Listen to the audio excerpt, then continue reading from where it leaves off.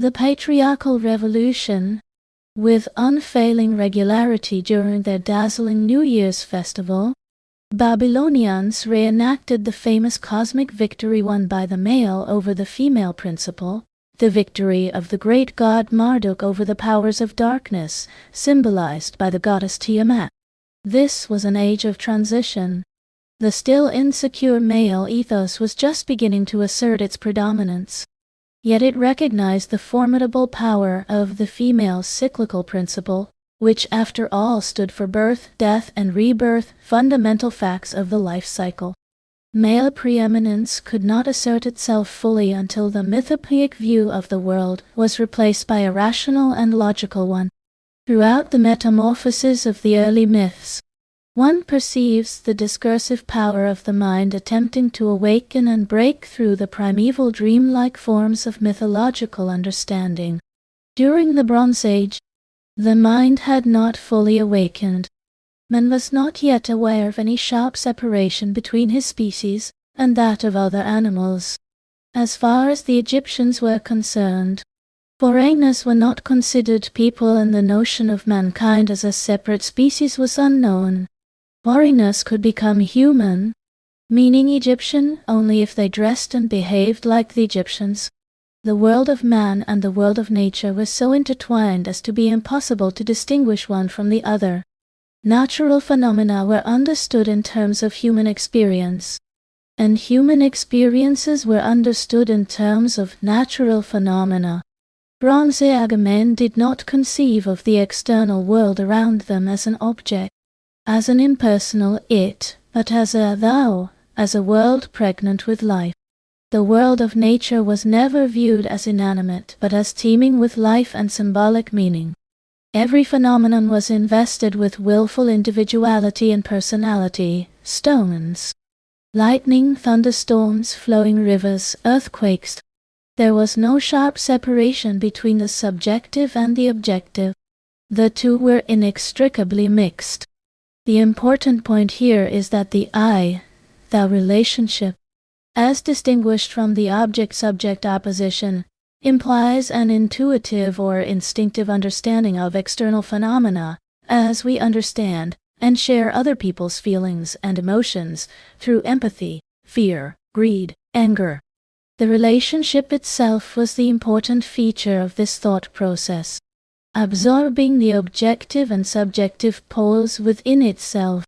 This was made easy because of the subject's own lack of inner unity, its consciousness participation in external phenomena, and their own intrusion into the inner core of the personality.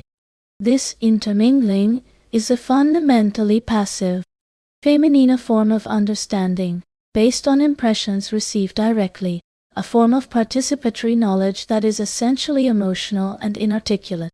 When determining the nature of an object, on the other hand, a person is essentially active, and yet detached. This intellectual form of understanding, which is essentially masculine and analytical, is based on emotionally indifferent but discursive knowledge. The emancipation of human thought from the feminine mode of understanding was an exceedingly slow process. It required, at the outset, a true mental revolution within the context of the mythologies in which the traditional wisdom of the various cultures was expressed.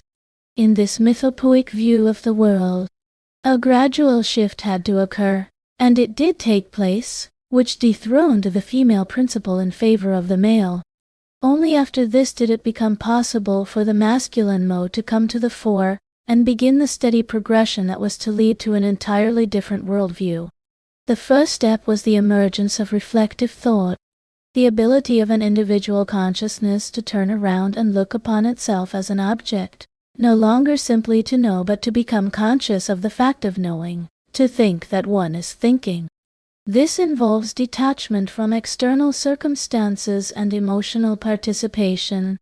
This triumph of Greek speculative philosophy consisted in focusing on the object as something alien projected against the thoughtful subject. That is, its opposite.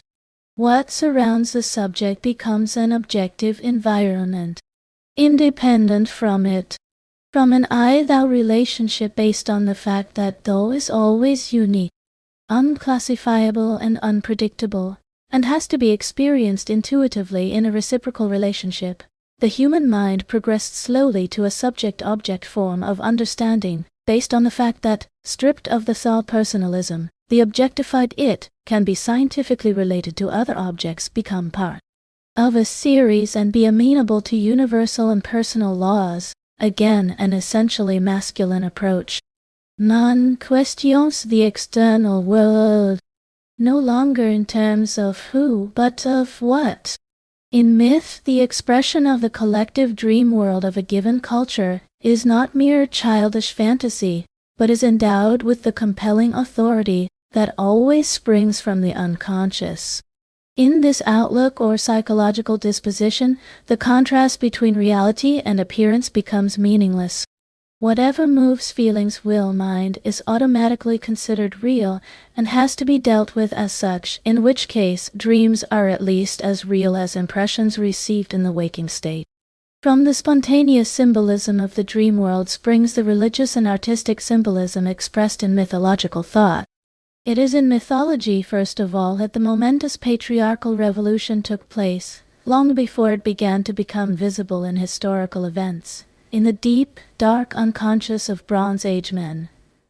Myth is a form of poetry which transcends poetry in that it proclaims a truth, a form of reasoning which transcends reasoning in that it wants to bring about the truth it proclaims, a form of action, of ritual behavior which does not find its fulfillment in the act but must proclaim and elaborate a poetic form of truth. Neonan. We are now in a position to understand what happened in the collective dream world of Babylonia, when the cosmological outlook inherited from Sumer began to change into a more patriarchal one. Tiamat, the Great Mother, is still at the origin of everything, having given spontaneous birth to innumerable beings, including all the gods and goddesses. As described in the famous Akkadian mythological work, Enuma Elish, the birth of the gods from the womb of Tiamat, which stands for the sea and chaos, introduced a new principle in the universe: masculine activity, dynamic movement, sharply contrasted with the forces of chaos, symbolizing feminine passivity and inactivity, out of which they emerged. The male gods, attempting to organize a cosmos out of the primeval chaos of Tiamat, challenge her and decide to come together in order to dance, a symbol of activity. The divine companions thronged together, and restlessly surging back and forth they disturbed Anat's belly, dancing within her depth where heaven is founded. Apsu could not subdue their clamor, and Tiamat was silent, but their actions were abhorrent to her, and their ways not good. The challenge is flung and the struggle is on.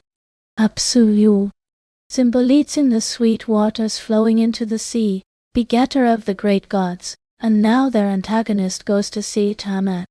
Apsu began to speak, saying to pure Tiamat, "Abhorrent have become their ways to me. I am allowed no rest by day, by night no sleep. I will abolish, yea, I will destroy their ways, that peace may reign again and we may sleep." When Ipibang, the gods are frightened and desperate until the wisest among them, Ie Enki, manages to cast a spell on Apsu and kills him. The spell being an authoritative command, a word of power, first ghostly outline of what will eventually become the Logos. But the struggle is not over yet. Tiamat's awful brood of monsters and dragons are set loose on the terrified gods, chaos threatening to overwhelm and destroy the youthful cosmic order. Ea and several other gods fail to rout Tiamat and her brood and, in despair, eventually choose Marduk, his son, to champion their cause. At the head of a formidable host, Marduk marches against the forces of chaos and scatters them. Only Tiamat stands firm, fearless. Spreading his mighty net, Marduk envelopes Tiamat in its meshes. As she opens her jaws to swallow him, he sends in the winds to hold them open. The winds swell her body, and through her open mouth Marduk shoots an arrow which pierces her heart and kills her. When complete victory has thus been achieved, Marduk returns to Tiamat's body, crushes her skull with his mace and cuts her arteries, and the winds carry her blood away. Then he proceeds to cut her body in two and to lift up half of it to form the sky. As noted earlier, the symbol of the wind is of prime importance. Essentially, it is the new masculine symbol of power, activity, relentless force in contrast with the water, the eternal primordial female. As the biblical Genesis has it, "And the Spirit of God moved upon the face of the waters." Already in Sumerian mythology we recall the goddess Namu, the mother who gave birth to heaven and earth, was depicted with the ideogram sea, the female primeval expanse of water, as against the stagnant water. Whether it be the Greek pneuma or Hebrew ruach, the new masculine principle expresses simultaneously the wind, breath, and spirit, remote ancestor of Christianity's Holy Spirit. Again, Genesis states that God breathed into his Iman's nostrils the breath of life, implying that Ruach is just as well the spirit of life. The Old Testament states, "Thou takest away their Ruach, and they die, and return to their dust. Thou sendest forth thy Ruach, and they are created." God's Ruach is almost synonymous with his word, and is just as creative. In Psalm 33:6 we find that, "By the word of the Lord were the heavens made, and all the hosts of them by the ruach of his mouth." If anything was required to testify as to the essentially masculine spirit of the mythological revolution taking place in Babylonia, this is it, the triumph of the male wind over the female water, slowly metamorphosed at a later stage into the spiritualization of the human breath and its equivalence with the creative word. Thus it is that the symbols of movement and activity, the male gods and the winds, overcame those of female inertia and watery stagnation. From now on, organization can proceed and civilization be established. Human society comes into being along with the political state. With Tiamat's defeat, the matriarchal outlook begins to dissolve like the morning fog. Under Marduk's divine auspices, the great Babylonian king Hammurabi sets up his famous code of laws. Yet, the mythopoeic form of knowledge still rules supreme. The prevailing religious outlook is still largely female-oriented in that it focuses on the immanent nature of spirituality, whereas the forthcoming Bible of the Hebrews was going to affirm the uncompromising transcendentalism of their faith when it states that the heavens declare the glory of God, and the firmament showeth his handiwork. The Egyptians still view the heavens as the divine mother through whom man was reborn, and the Mesopotamians look upon the firmament as being the majestic God Anu himself. The divine was still immanent in nature. Human society and its cultures are still conceived as emanations of nature and still embedded in it. Regardless of the victory of Marduk over Tiamat, the female psyche still ruled.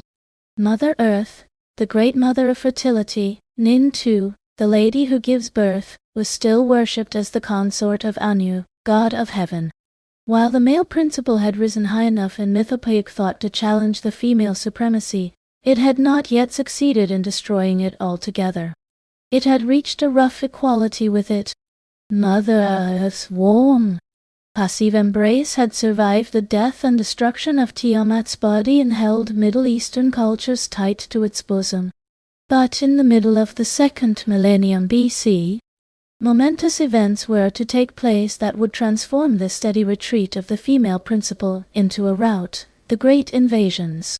In the meantime, social changes had been taking place in different areas of the Middle East that seemed to point in another direction. It is true that in Egypt, for instance, there remained firm traces of mother-right kinship and matrilinear organization, which had already completely disappeared in Babylonia. The Egyptian lady of the house stood higher in her sphere than the husband, known merely as the Mel. True also that Hittite women enjoyed a much higher social position than they did anywhere in the Middle East. The queen appears to have enjoyed special prerogatives that could not be taken away from her, and the supreme tutelary deity that protected the Hittite state was the sun goddess of Irina, queen of the land of Hatti, queen of heaven and earth, mistress of the kings and queens of the land of Hatti, directing the government of the king and queen of Hatti. Portent of things to come, however, the deity of Irina at some point changed its sex and became masculine, probably when the entire mythological outlook of the Middle East underwent the process of solarization. This was now a male god to whom King Muatalis addressed his prayers. What appeared to point in another direction, however, was that increasing social differentiation and inequality, caused by the vast numerical expansion of human societies, had one noteworthy consequence unheard of in smaller tribal communities: the rise to social and political power of women from the higher social strata. If patriarchalism was making steady inroads at the end of the Bronze Age, the female sex could at least find partial compensation in the fact that some of its more socially prominent members were at times in the position of lording it over great numbers of men, especially as rulers of considerable kingdoms, and at times of great empires. Social inequality cuts across sexual differences, pushing into the background the problem of the equitable distribution of gender roles, and often allowing individual women to rise far above average men in terms of public power. This explains why the rise of democratic egalitarianism brings out this problem, places it in the foreground, and sharpens the bitterness of an unequal distribution of political and social power between the sexes. The early rise to power of some women is remarkably illustrated by the life history of the original female ruler, the ancestress of all queens and empresses, the great female pharaoh Hatshepsut, who snatched the throne from her husband, Thutmose III, in the 16th century BC, and thus became king, an enormity with which the state fiction of the pharaoh's origin could not be harmonized, as James Breasted puts it. Known as the female Horus, she must have been a formidable character inasmuch as the husband she eclipsed during her lifetime became, after her death, the greatest pharaoh in history. She ruled with extreme competence a vast Egyptian empire stretching from the Nile's third cataract to the Euphrates. And like any good housewife, she developed the economic resources of the empire as few male rulers ever did. Being female, however, she contradicted all the sacred religious lore concerning the essentially divine maleness of all pharaohs, and this sacrilegious contradiction itself is a measure of her remarkable achievement. In the temple she built at Da el-Bahri for her own glorification, she had herself depicted as specifically designated for the job by Amon's divine will, Amon being the reincarnation of the sun god Re, according to Theban theology. But the artist who did the work followed the current tradition so closely that the newborn child appears as a boy, showing how the introduction of a woman in the Haral situation was wrenching the inherited forms. After her death, her embittered husband, Thutmose III, wreaked terrible vengeance against her memory. Ridiculed and confined to puerile functions in her lifetime, he proceeded to have her name erased and her figure hacked out from every monument, while her obelisks at Karnak were concealed by a masonry sheathing. Again, this pettiness has to be put alongside the fact that Thutmose became, upon Hatshepsut's death, the greatest of the empire-building pharaohs. His reign marks an epoch not only in Egypt but in the whole East as we know it in his age. Never before in history had a single brain wielded the resources of so great a nation and wrought them into such centralized, permanent, and at the same time mobile efficiency. The genius which rose from an obscure priestly office to accomplish this for the first time in history reminds us of an Alexander or a Napoleon.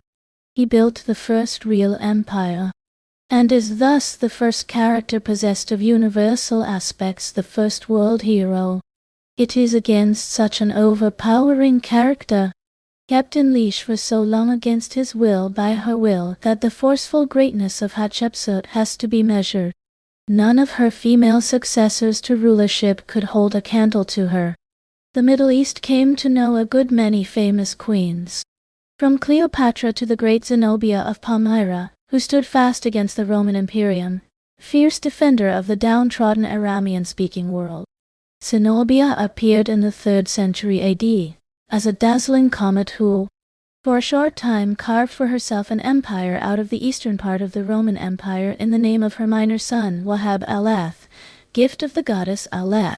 Claiming blood relationship with Cleopatra, she was learned enough to write a history of the Orient, and female though she was, stands in history as a precursor of Islam in its role as destroyer of most of what was to become the Byzantine Empire and liberator of its Syrian and Egyptian dominions.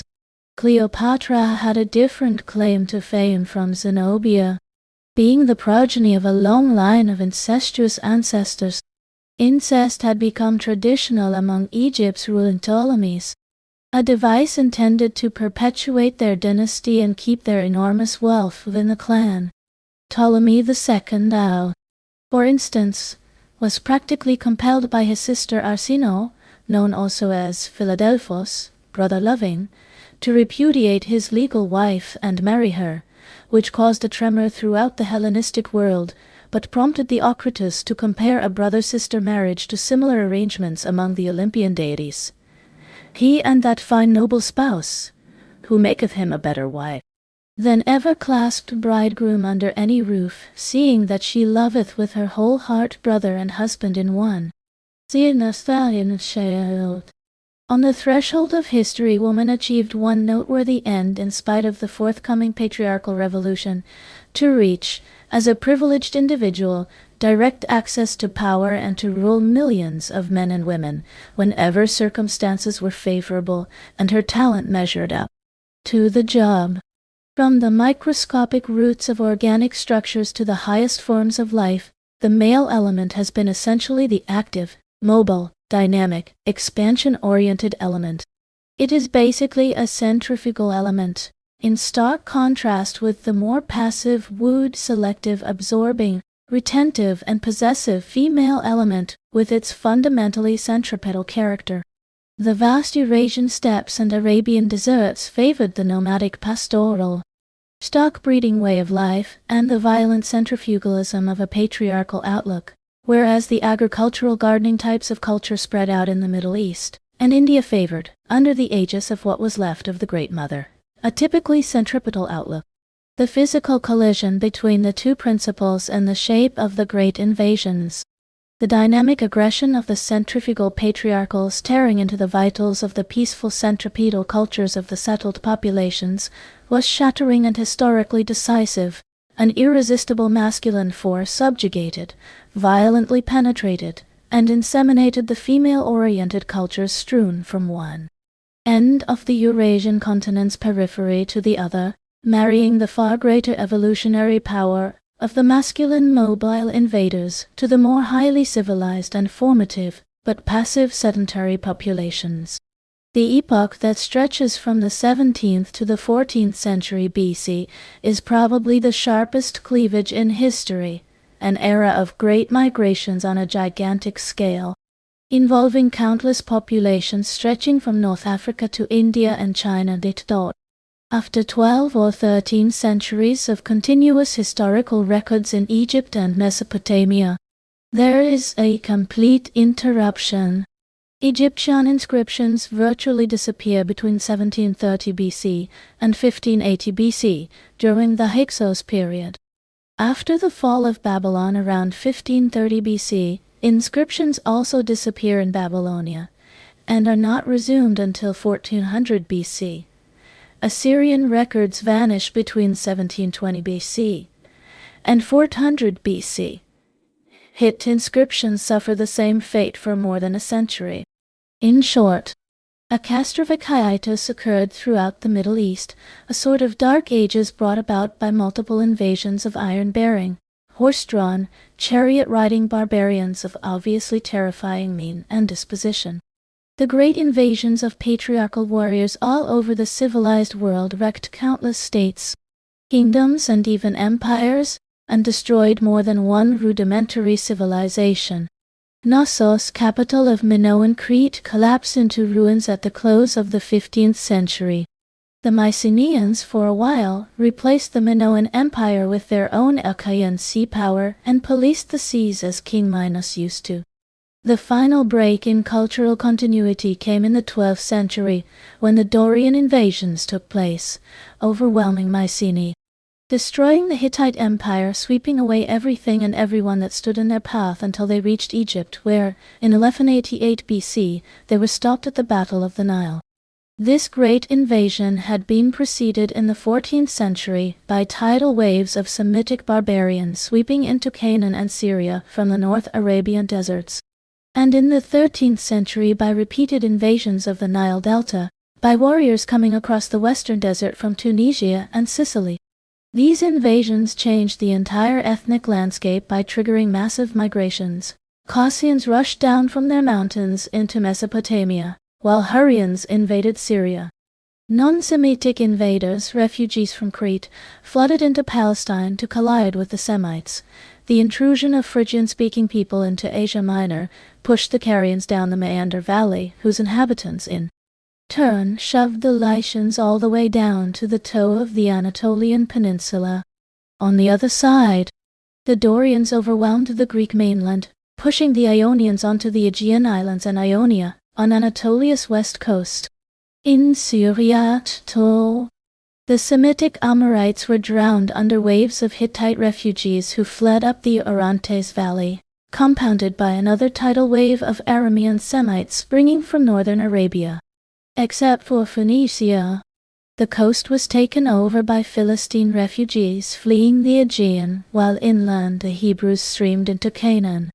Almost simultaneously, farther afield, Iranian tribes of Indo-European stock swarmed across the Caucasus and Transoxiana and invaded the Persian highlands south of the Caspian Sea. The eastern branch coming in from Transoxiana could not get across the Hindu Kush and turned west across Bactria and up to the eastern Persian plateau. The reason for their failure to cross the Hindu Kush into India was that they had been preceded in the Punjab by another branch of Indo-European cousins, who founded Vedic India. For centuries after, they fought the Vedic tribes in the east for possession of Arachosia and eventually Iranized it. The most momentous invasion was that of India itself by the easternmost branch of the Aryans. There was little to destroy on the Iranian plateau where scattered populations had not reached a high level of culture. But in India, the great civilization of Harappa and Mohenjo-Daro was still in full swing, a civilization that had been closely connected with Sumer, and whose religious outlook was essentially focused on the Great Mother. The numerous clay figurines of females found in the Punjab and Baluchistan testify to this worship. This great civilization collapsed about the middle of the 2nd millennium BC under the onslaught of the patriarchal Aryan warrior tribes. Urban life disappeared, cities crumbled into dust, and India entered a dark age at just about the time Homeric Greece did. China was not spared in the great migrations sweeping the civilized world. During the Shang era, stretching from the middle to the end of the 2nd millennium BC, the matriarchal outlook seems to have been as predominant as elsewhere. The earth was identified with the Great Mother, whose consort was Shanti, the sky god. About the middle of this Shang era, irresistible invasions of patriarchal Turco-Mongol horsemen equipped, like the Aryan invaders, with war chariots, plunged the Shang realm into a barbarian age during which they became the feudal lords of the decaying realm. The female-oriented culture disappeared, along with the matrilinear social structure and the cults of agrarian fertility. From this massive shift of populations sweeping everything in its wake from Spain to China, destroying old matriarchal-oriented civilizations, tearing apart mighty empires as well as small kingdoms, and plunging most of the known world into an era of simultaneous dark ages, dates the patriarchal supremacy.